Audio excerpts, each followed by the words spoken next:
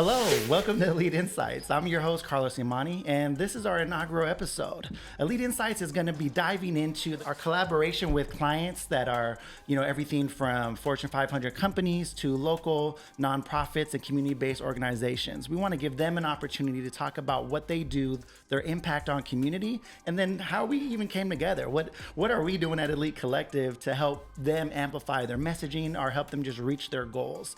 So stay tuned, and we're looking forward to you guys riding this journey with us. Welcome back. We're here at Elite Insights. I'm your host, Carlos Imani, and today I have the pleasure of introducing our good friend Steve from the Urban Impact of Seattle. I can't do the justice of talking about what they do. They've been doing a lot of great things in community for a long time. So I'm just going to go ahead and open it up to Steve and, welcome. Thank you for being our guest here. And let's tell the people, who you are and what you're doing. Yeah, thank you. It's an honor to be here with you. We have been, Urban Impact has been in existence since 1987, founded by Reverend Harvey Drake Jr. And I was around, we were partnered together at that time in the founding of it all, but we focus on kind of breaking cycles of social, material, and spiritual poverty. We're a faith-based organization that does really practical, hands-on work in the community. We have a health and wellness division with a fitness center, Rainier Health and Fitness, in the community. Many people know us by that. We have an economic development division that does small business startups, both entrepreneurship and then an accelerator, work with existing businesses, and we're growing into work with financing and getting people access to capital. We have a neighborhood transformation team where we partner with local churches in individual, I would say, micro neighborhoods that are struggling with issues of generational poverty and urban problems, if you will, and how can that church lean in and become a resource to that neighborhood and that community, unique to that neighborhood and unique to that church, kind of those sweet spots. And we're doing that in 3 different neighborhoods: Tukwila, the Central area, and Rainier Beach.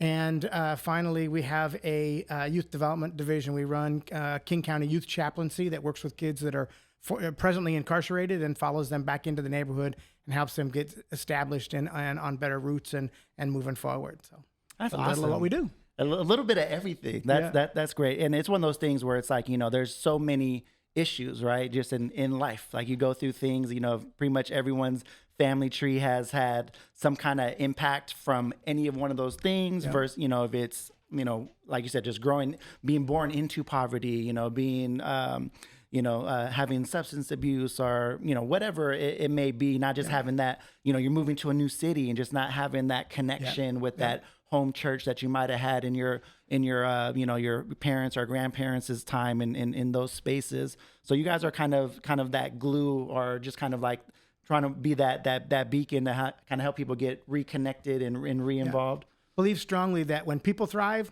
communities thrive, and vice versa. When communities are thriving, people are thriving. And, we use the slogan a lot that it's all about relationships. So we are present in the community. We live, we work, we play, we dream in the community, with the community, to really figure out how do we tackle problems together. We don't do for people, we do with people. And we believe that it's about helping people have their own agency and solve their own community problems. So we gather, we wrestle with issues, we look to find solutions to those issues and leadership that will drive those solutions into the future. So it's about connecting.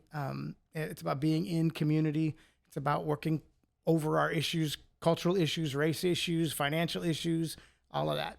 No, I love that. And then that's true to form. I mean, I experienced that myself walking into your office, just looking around, and your staff and the people just in the building look like the people in the neighborhood, and I think that was like a cool connection with us when I was like, we had a couple of Zoom meetings in the very beginning, and I was like, hey, you guys want me to just come to the office? I literally live around the corner. But, tell me, like, it seems like you guys are, being intentional about that. Absolutely. And in fact, one of the loves for us of connecting with Elite Collective is we have done a number of events and used resources and production resources in the past, production services, but to find a community-based group, folks that, we talk about schools, and you grew up in the neighborhood, like your dad and I were connected back in, 30 years ago. And the ways that we can connect with people in the community and see, your work flourish only helps us and our work flourish. We believe, again, that if you guys are thriving, the community is going to thrive. And if we can work together, that's even more special and more powerful. That's awesome. Yeah, no, I want to dive in a little bit into that because it is about growing together, about opportunities. We see a lot of folks that are coming from especially disadvantaged backgrounds where it's like you don't have the pleasure or the opportunity to mess up, to fail forward, as a lot of folks in other communities are able to do. But being able to have that trust and feel safe, where it's like, hey, let's do this together. It's not going to be the end of the world, no matter what happens. But obviously, you want to show up and do your best work.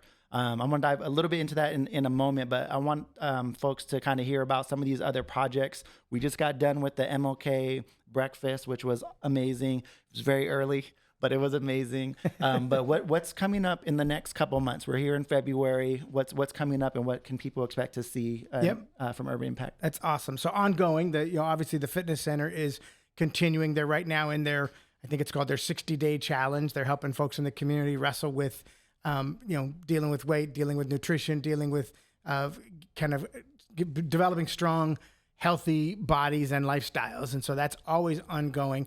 Our economic development division just launched getting ready to launch its Sharks at the Beach entrepreneurship program. And we have a little bit of dialogue because sharks are normally the investors, but in our world, they're the entrepreneurs. Right. And it's a 12-week program where folks learn how to write a business plan, learn how to formalize their ideas, learn how to pitch their ideas to other people, really kind of solidify what's on their heart or their ideas. I remember seeing some of that during COVID. It seemed like it was all like green screen and just having to do it. I mean, because, that's just what it was. Yeah. Things were shut down. So are you guys opening it up? Yeah. So we do the ongoing training on Zoom because we have folks from South Side, Tacoma, all as far as south as Tacoma, and as far north as the Lake City kind of community. But predominantly it's local kind of Rainier Valley, Rainier Beach folks who are our businesses. Interesting too, we have our demographic tends to spin female. So we have a lot of women-owned businesses and African-American. So we are predominantly African-American women-owned businesses, which is pretty cool and pretty exciting. And so if folks are interested in pondering an idea, trying to put together an idea or get ready to launch a business, Sharks at the Beach, 12 weeks. I think it's a couple hours a week. It's on Zoom, except the pitch competition is live. And so there'll be an event that we're doing that will be where each of the businesses that choose to will pitch in front of community businesses, bankers, and other business people. We can't do formal investment pitching because we don't have qualified investors. Right. But we're really looking at how do we get business ideas in front of the community. And the accelerator program is already it's going right now. So existing businesses are meeting monthly, and they are working on developing their businesses, growing their businesses. How can they scale their businesses? How can they formalize what they're doing so they can approach funders? And it's everything from production side of their business to marketing and communications to finance. There's different workshops. And we try to tie them in. Again, I mentioned it was about relationships earlier. So we try to tie them in with coaches and mentors and really build a business community that will support one another and engage with one another. It's a nice little ecosystem just right here in the heart of Southeast Seattle. No, I love that. And where can people find out more information about that? On the Urban Impact website? Yep. If they go to the urbanimpactseattle.org, our official name is Urban Impact, but our website's urbanimpactseattle.org, and they can look under our work and find economic development, and there it explains both the Sharks at the Beach and the Thrive Business Accelerator. Excellent. So aside from the amazing things that you guys are doing with our economic and business development community, what else is coming up and on the horizon here? We got our annual fundraiser event is happening in May 3rd. It's called A Night of Impact, and it'll be at the Renton Pavilion, the Renton Pavilion, Renton Event Center. And again, looking to have a conversation and partner with Elite Collective on how to pull that off. So that's coming up.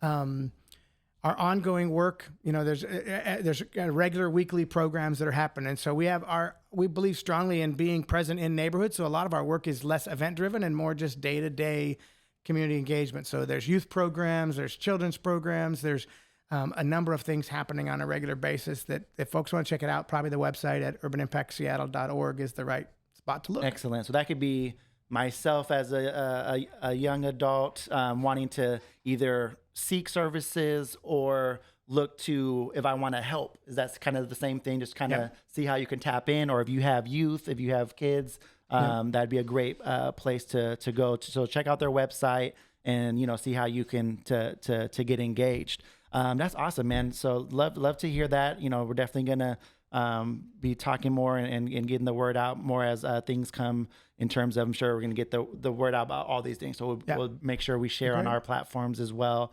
So next I want to kind of tie in how, I guess, let's just kind of go with the journey. It was kind of unique. We have a mutual friend that was on the board, on your guys' board, that had brought us up, but kind of talk about how you even heard about us and what that was like, kind of engaging with the Elite Collective.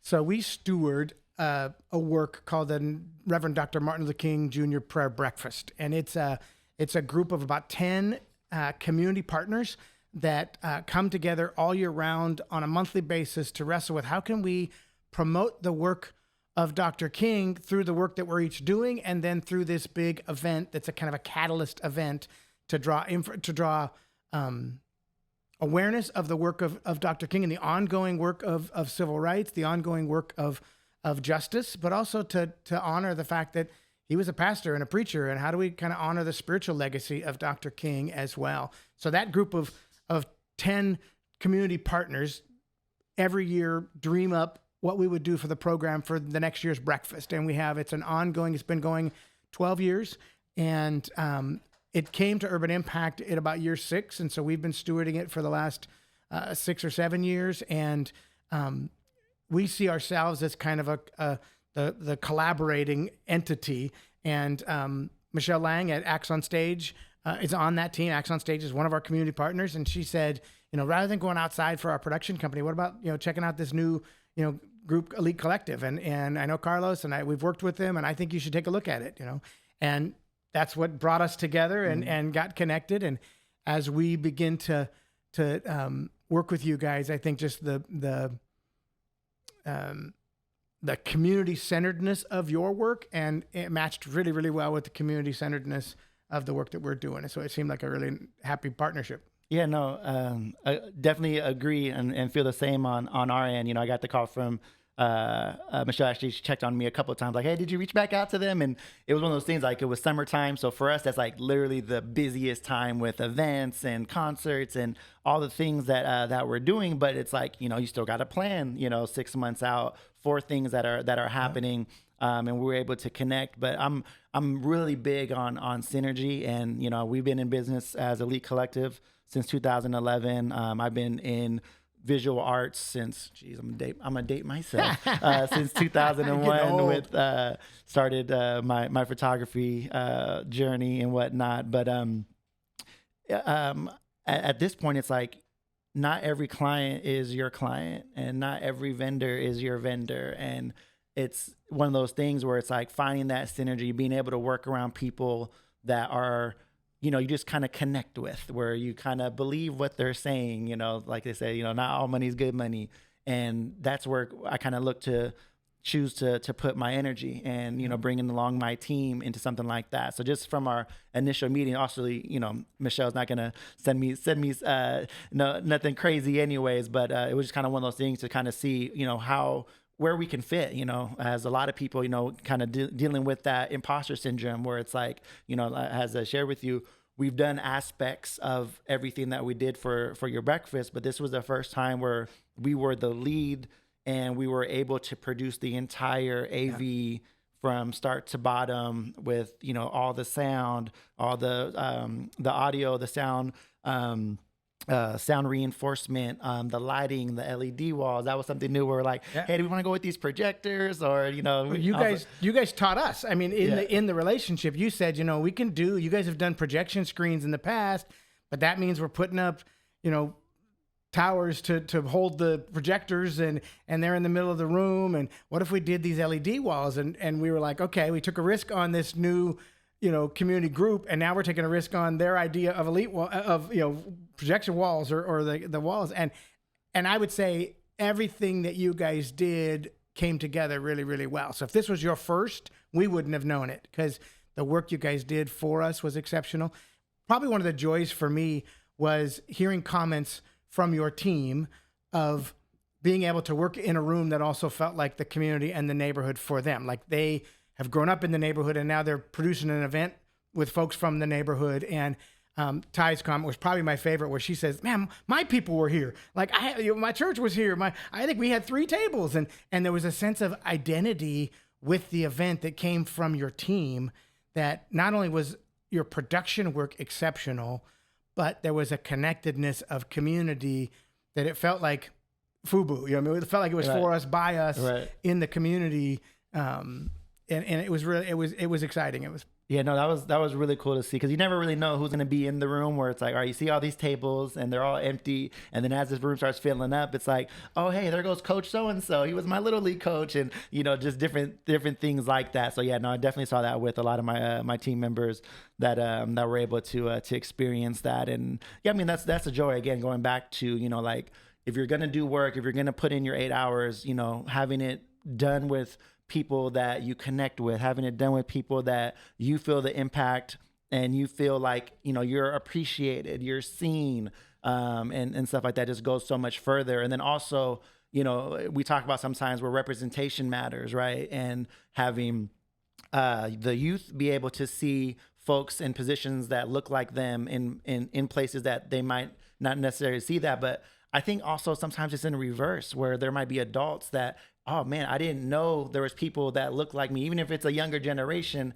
that can do this work as well, because they may have grown up through a whole, you know, their whole life not seeing it and not thinking it was possible. Yeah. You know, for us, you know, we do a lot of work with the Northwest Film Forum, where we do training with youth, and they start off with Real Girls, which primarily focused on young women and women identifying folks that wanted to get into the production thing because it's just not seen, right? Yeah. And then especially, you know, people of color, same type of deal. So we're very intentional about being a space, holding space, and wanting to develop from within. So whenever folks give us that opportunity, it's one of those things where it kind of, you know, comes with, you know, like that gift and the curse, where it's like, all right, we got the opportunity, but, you know, there might be, you know, might be our clients, but there might be folks that are just kind of either waiting for us to fail or have their own kind of ideas of what's there. So it's like, man, we got to make sure we produce and make sure we do that at a high level. So it's one of those things where we, you know, we definitely appreciate the opportunity. And like I tell those folks, that you got to stay ready, because when those opportunities come,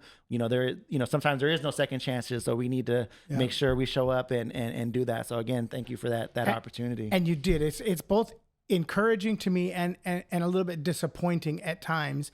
I've also heard in that room comments made like, I never, you know, your crew's all people of color, you know, or, you know, they would say, you know, all your cameramen are minorities. Like, or when you were doing setup, somebody said, we should be watching out. There's a bunch of guys with hoodies out running around, like, and looking in the room. And I'm like, honey, look at the logo on the shirt, the hoodies. That's Elite Collective. Like, and it's encouraging to see our community, if I can state it that way as an old white guy, and yet to realize that some people still have people in boxes and don't, you know, not only do people need to imagine themselves in new roles, but at times others need to imagine, you know, like you mentioned, the adults in the room need to see young people and people of color thriving and doing well and doing our, you know, the production side of our work this year was exceptional. The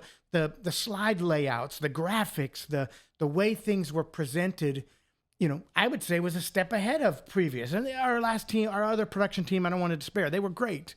But I felt like this year it felt a little bit more like us, but it was exceptional work. It wasn't like we took a risk on Elite Collective and they kind of pulled it off. Right. It was, we took a risk on our own community and our community shined. Mm-hmm. And I want to demonstrate for the broader community the fact that Elite Collective and people of color and can do things well. We had a Native American team present a prayer and a I don't know if you call it a worship set or a song. And I was a bit appalled, and yet I was so encouraged. Somebody said, "Man, I never imagined until I recognized the song. I wasn't sure what they were praying to." And I was like, just because they were Native American?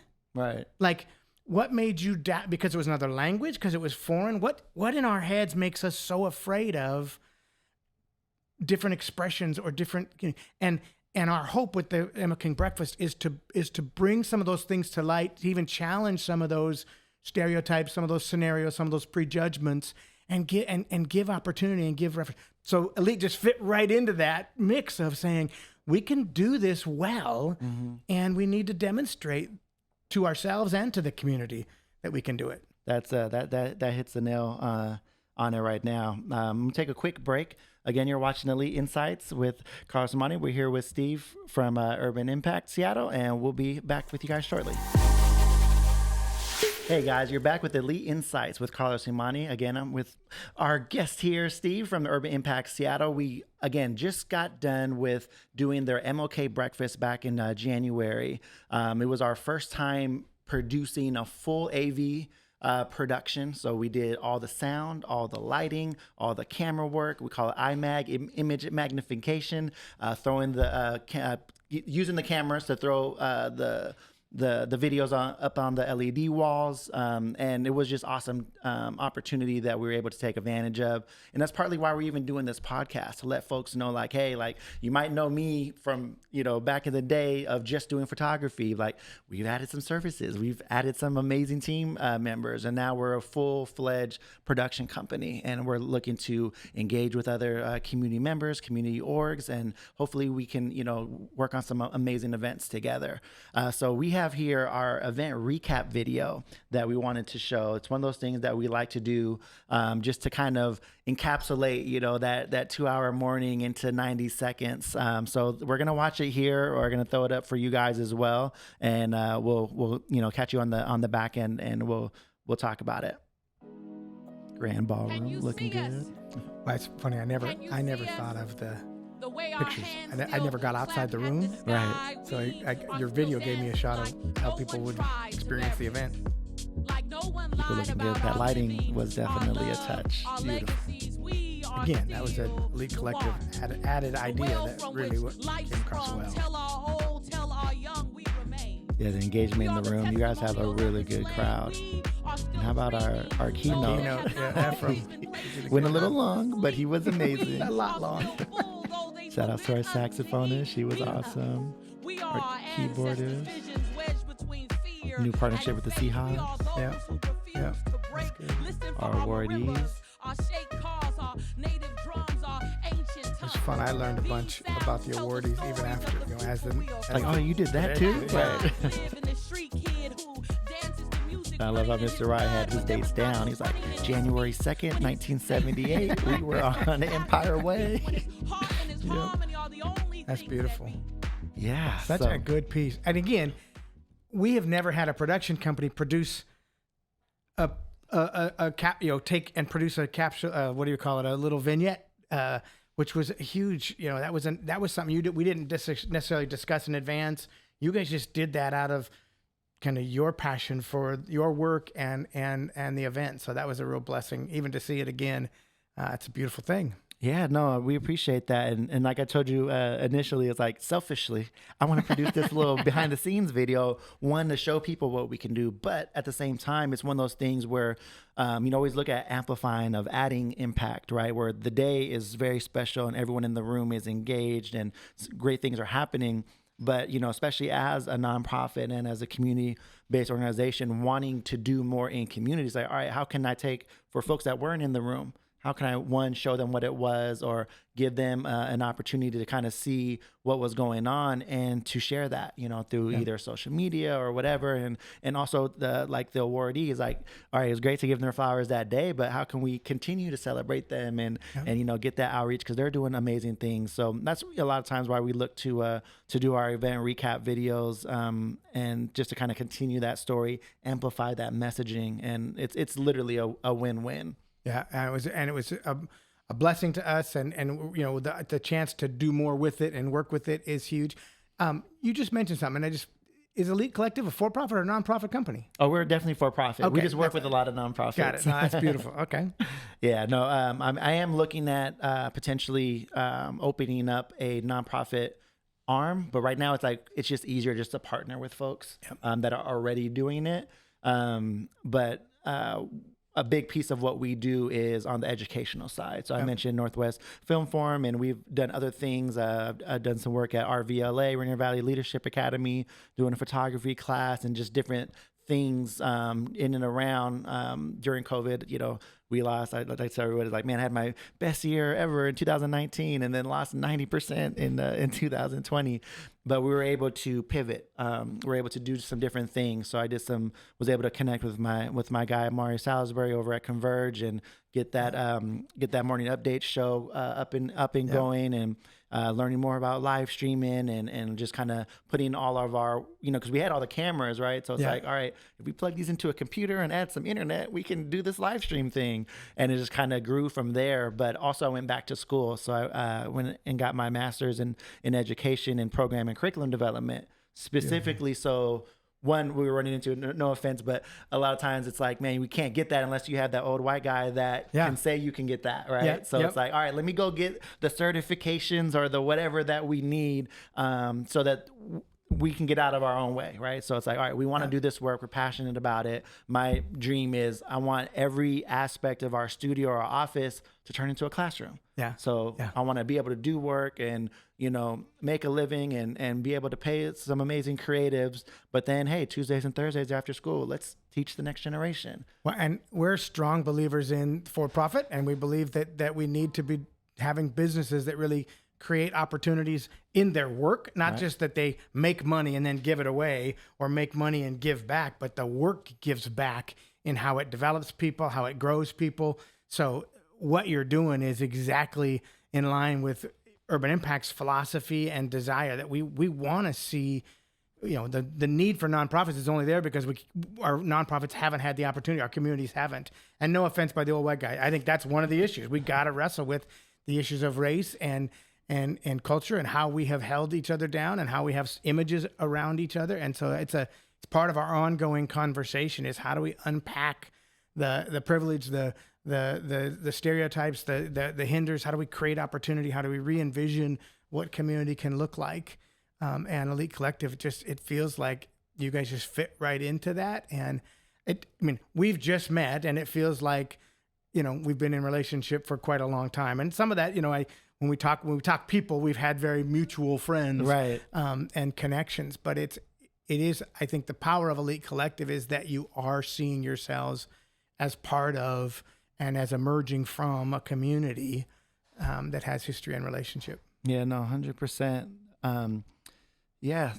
So another piece that I wanted to dive into with this podcast, right? So Elite Insights. I wanted to give some insights.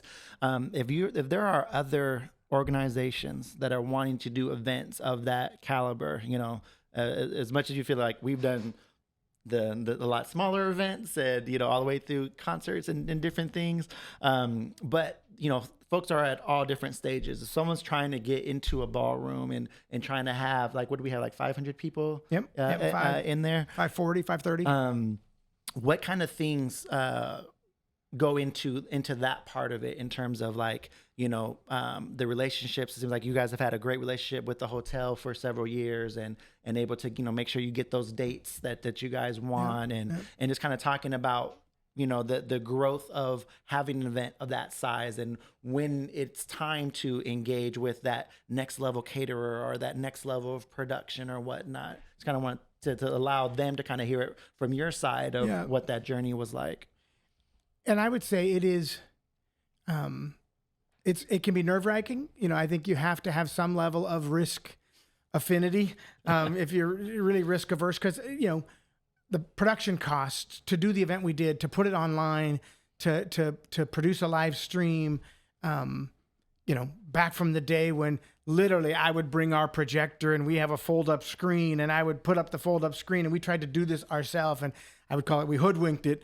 We just tried to patch it all together.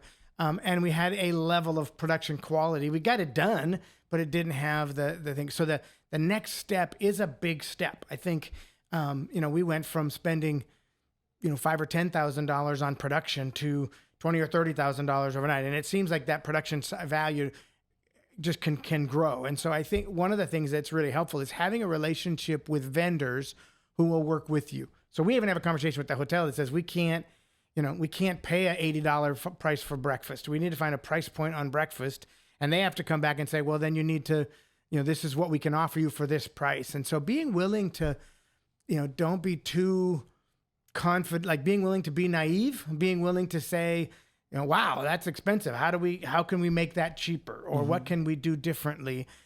So that with the hotel, we have an ongoing relationship, and we've had to embarrass ourselves and just say, wow, we had no idea that we had to pay for the electric drop for the day like that. We spent money much more. I'm thinking, don't you just plug that in the wall?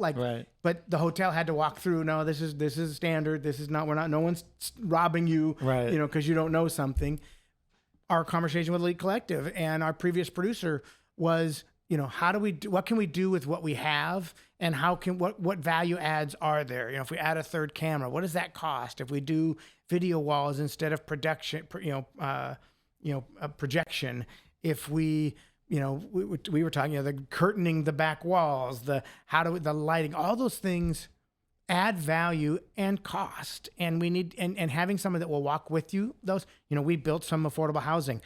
I learned the term in the process, value engineering, which meant, how do we get more for less? Like, what can we, how do we change the wood, the paneling, the sinks, whatever, to get more value? So I think, I would encourage people to get into relationship, have the hard conversations, not be afraid of the money conversations.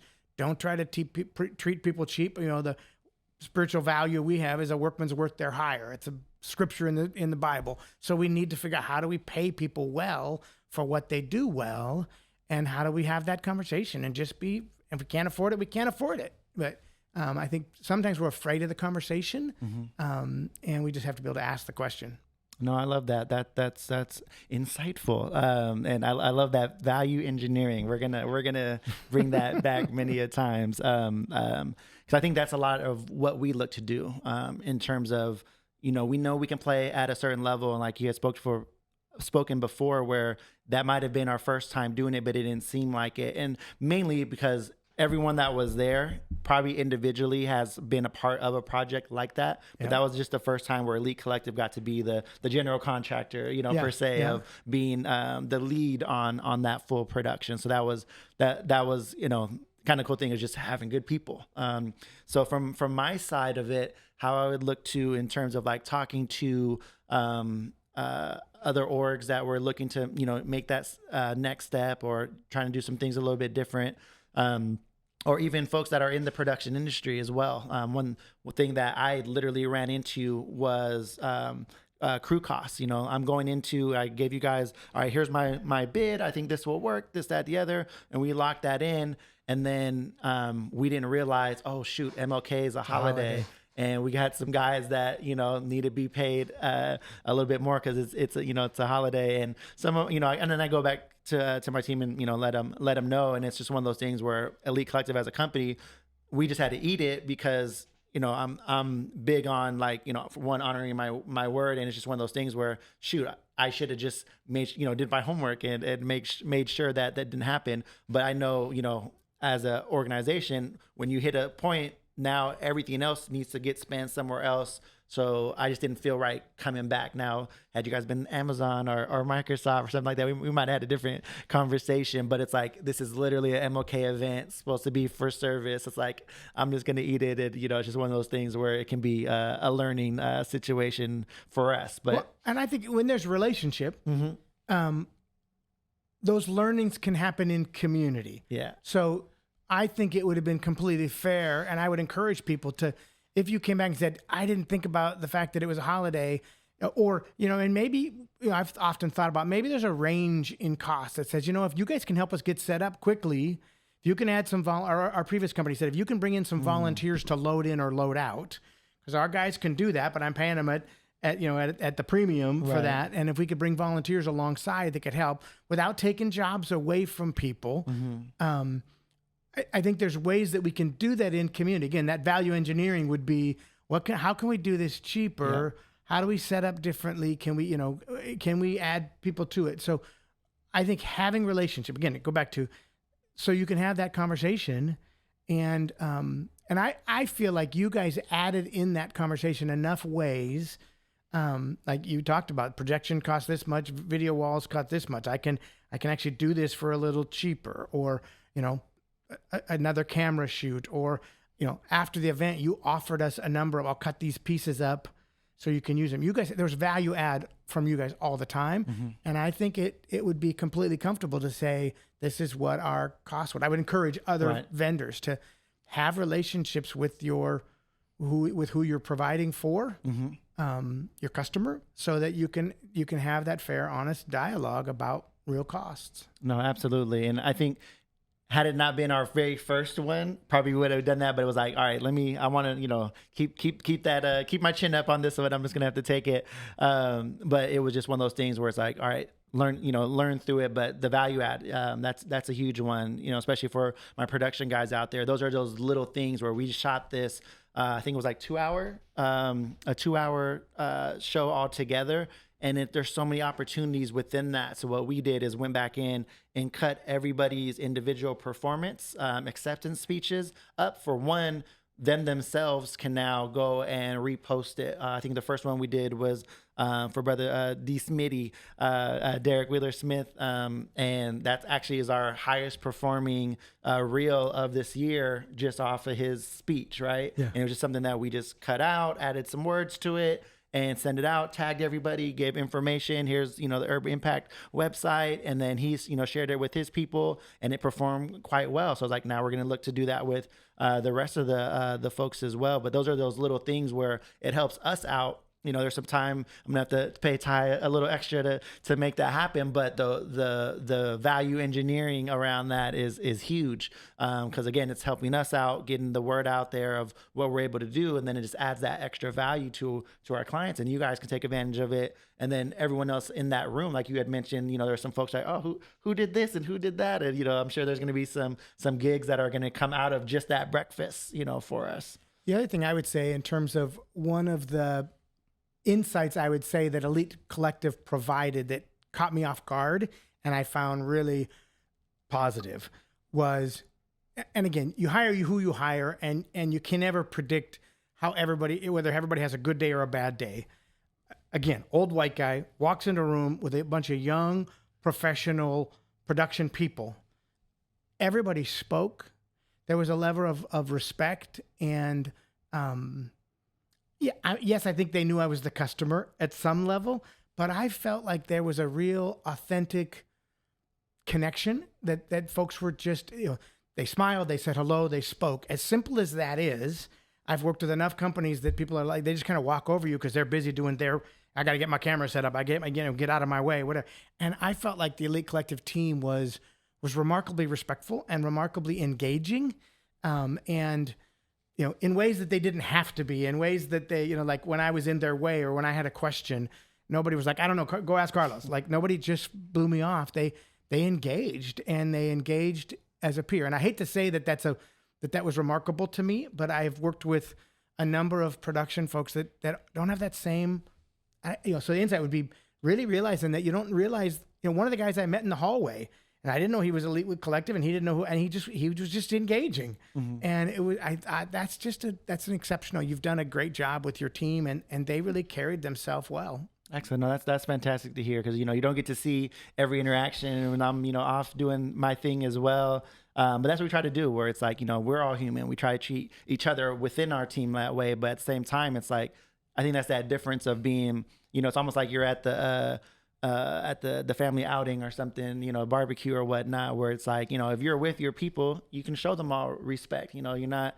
feeling any kind of way, and just kind of go through life that way is a great way to do it. It's like, treat people as you'd like to be treated, kind of goes into that. I guess I'm trying to think of if we can help folks answer some questions, or I'm big on like, man, if it took me 2 years to do it, let me see if I can help your learning curve. You do it in a year and a half.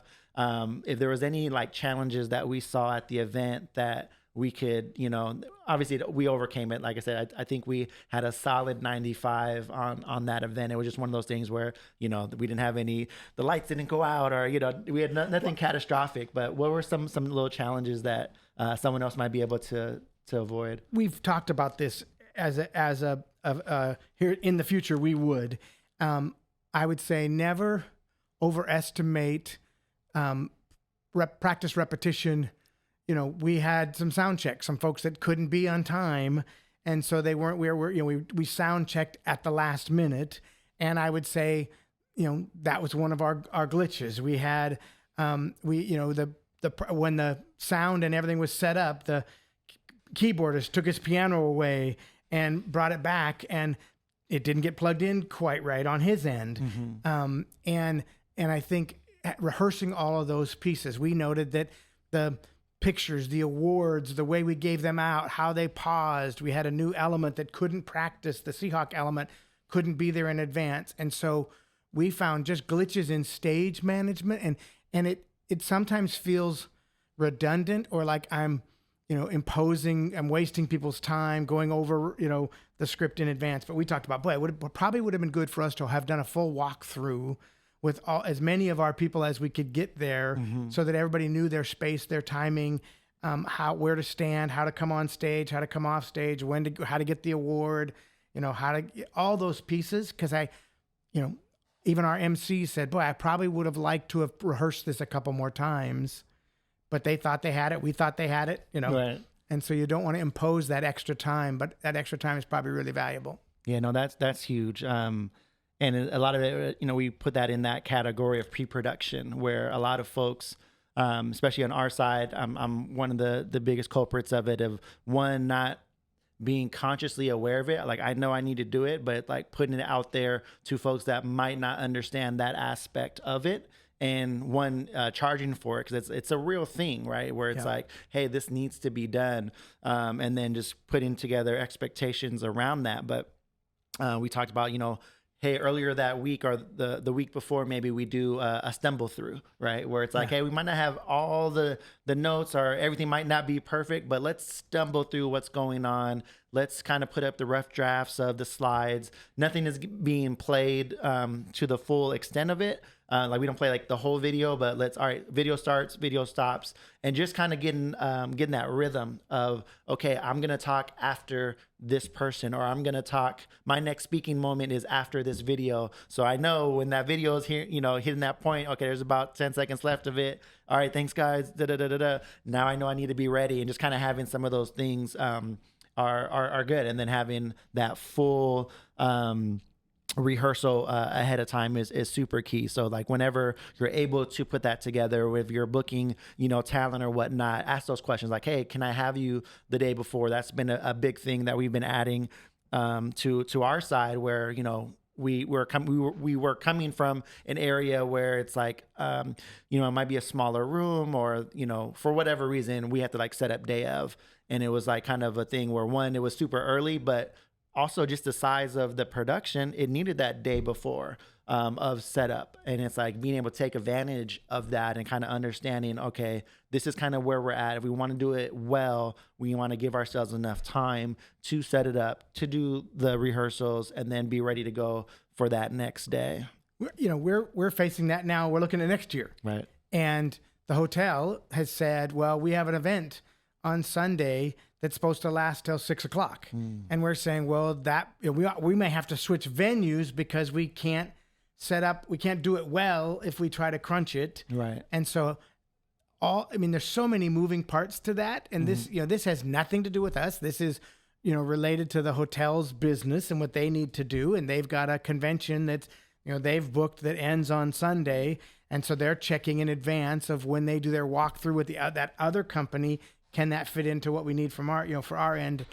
And again, thinking through all of those pieces. I love the stumble through idea. That we're going to do a stumble through, because you got to work that through. And I would think of the variables that's not just what I'm doing. It's who's doing something. The hotel, what are they doing? When do they fit in? When does, we had the glitch of, they didn't have the stage set up when your team got there. So you guys had to wait for the stage to get set up. Right. Well, again, a stumble through that included the hotel even, and some of that communication would have helped us save a couple hours of time that absolutely got dumped into the next morning, and all those pieces come into play. So I think encouraging people to really think that it's not as easy as, they'll have it, they'll handle it, Yeah, no, for sure. And I think also, we did that. And I think that helped mitigate and minimize any potential shortcomings was doing the walkthrough. Being able to like walk the room. Hey, what's your vision here? Where do you want things to go? And a lot of times, like, oh, we just want to how it was last year, and sometimes that might work. This year we had, obviously you're working with a new company. And we added some new things like this LED wall. Are we going to have it in the front of the stage, or are we going to push it back? And is it going to be too bright for those people? And kind of just talking through a lot of those things. Like, from the production side, it might be a little too geeked out, but like, important things for us is cable runs. Like, all right, we need to get cables from the back of the room to the front of the room. Where do we want that to go? Is it going to go around the outside? Is it going to be down the middle? And just kind of figuring those things out. And, we had a situation where, okay, the way this room is set up, we're going to need to go straight through the middle.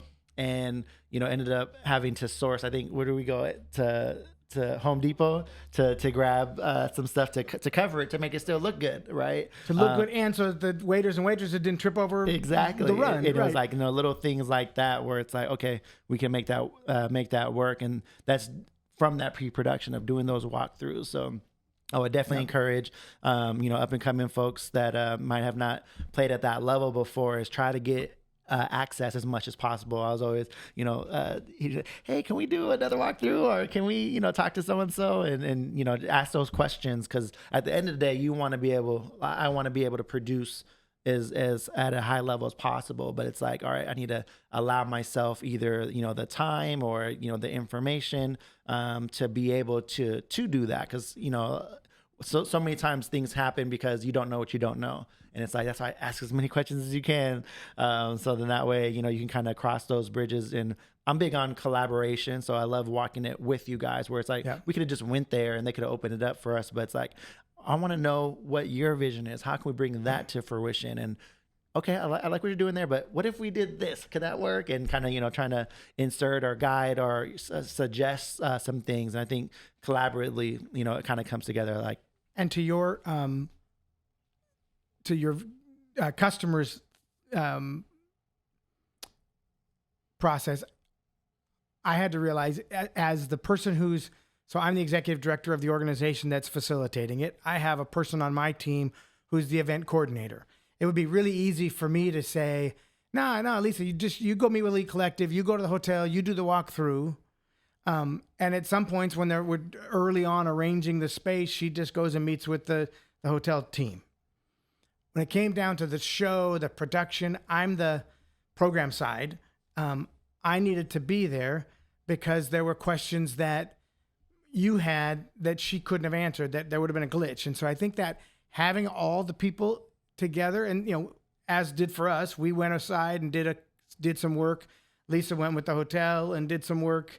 And all of us stood together, all entities together.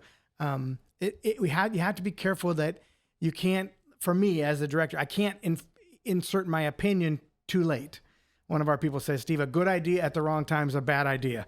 I like that. and I tend to be that guy who's always got a new idea or a new thought. Why can't we do at the last minute or at the wrong time? Right. And so having those people up front is really, really important. Yeah, no, that's huge. And we're also very bad at saying no and wanting to do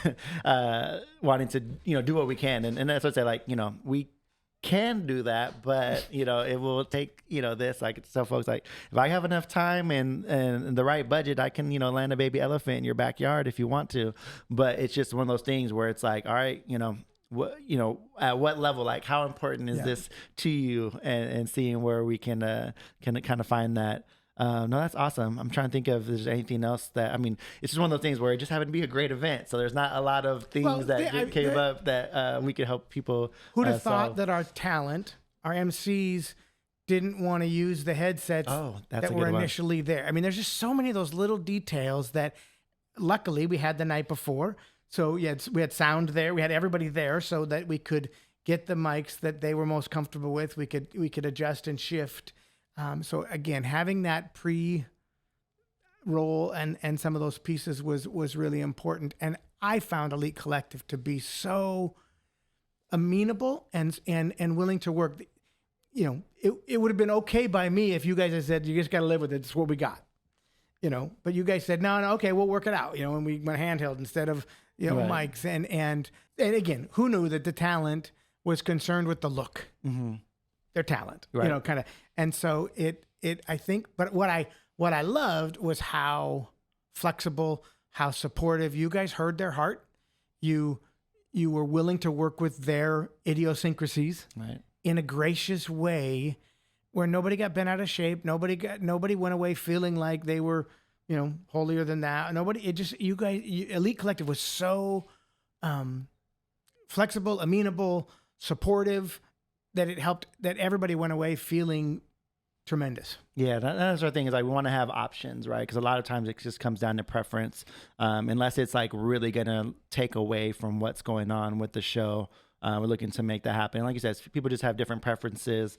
They might have saw a thing or whatnot. We had someone that's like, oh hey, I got my hair done and that's gonna mess up my hair, and I'm like, I didn't think about that. Or we had the gown a year ago. We had a gown flaw where our MC didn't have any way to hold the the cordless mic pack, and I guess and I was thinking of the Grammys or something. They must figure out how to put those things on nothing, or duct tape them or something. I don't know, but having thought through all those pieces, is exceptional. To me, again, your team's flexibility. You guys at that point said the reason we use these mics is for sound creativity. So if they're going to be walking off stage, so you guys taught us about sound so that we could make a good decision to say, no, they're going to use a handheld. They'll stay in this zone so they don't get in front of a mic and cause feedback. But had you guys not worked with us on it, we could have made a bad decision. We could have, said, yeah, just use a handheld and go wherever you want. But it was, again, I just want to shout out to Elite Collective for the way you guys guided us. I got one last question. If time and money were not on the table, like there's no restraint with those things, what would you guys have done differently? I think I don't know if you can even do this wirelessly, but a mobile camera that could work the room and catch close-ups or catch shots, both of the breakfast, the community, the crowd. I think that would be fabulous. If time wasn't an issue, we would want to introduce the whole room to one another. So thinking through how people could meet each other in a room like that, because it does feel a little bit like a family reunion and there's not enough time to get to everybody. I think that would be a time issue for me. But honestly, I felt like the production level quality, I don't know what I would add with time and money. We talked about a middle screen, kind of broadcast from behind. Full band. Yeah, we would more music, Full more choir. more cowbell. Exactly. The full choir. I think that was good. Now you got me thinking about that too. I think what might have been cool, and maybe we look to do this for next year, is to set up kind of like either an entrance or exit video situation off to the side where we can ask people, what does the dream mean to you? And as they're leaving, we can get the public kind of chiming in. And it's just nice little 15-second, 30-second. Even what did you hear today? What did you hear this morning that challenged you? Or what are you going to do differently? Or what are you going to do coming out of this event? We'll have to tell Lisa. We're going to put together our list of questions. How is the content challenging for you? Or the other thing we just thought about is, who would you recommend get the award next year? Like we said, we need to be hot on. Every year we struggle to figure out who are the right candidates for the award. And if we could capture it on the way out, because everybody you just saw, someone should have got honored. Right. If we could capture it right away, that would be helpful. I like that. Those are some of the thoughts. Maybe we have a suggestion thing on the table. People can write it in. I don't want much to say. No, awesome.